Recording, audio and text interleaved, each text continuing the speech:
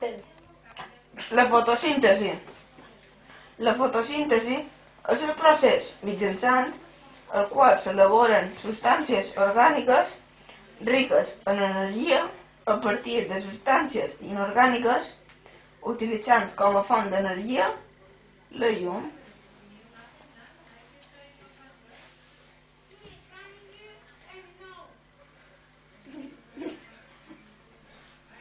La respiració cel·lular. La respiració cel·lular és la degradació total per oxidació de certes substàncies orgàniques que transformen en matèria inorgànica per alliberar energia.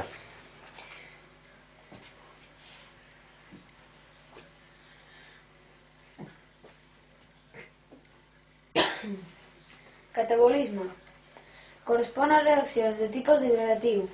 Consisteix en la transformació de substàncies orgàniques complexes, riques en energia, en compostos més petits i simples. En el catabolisme s'obté energia que és utilitzada per les cèl·lules per sintetitzar noves molècules. Anabolisme. Correspon a reaccions de tipus constructiu. Comprenen processos que converteixen les substàncies petites i simples en substàncies orgàniques complexes pròpies de la cèl·lula, que s'utilitza per créixer i per canviar estructures danyades o perdudes.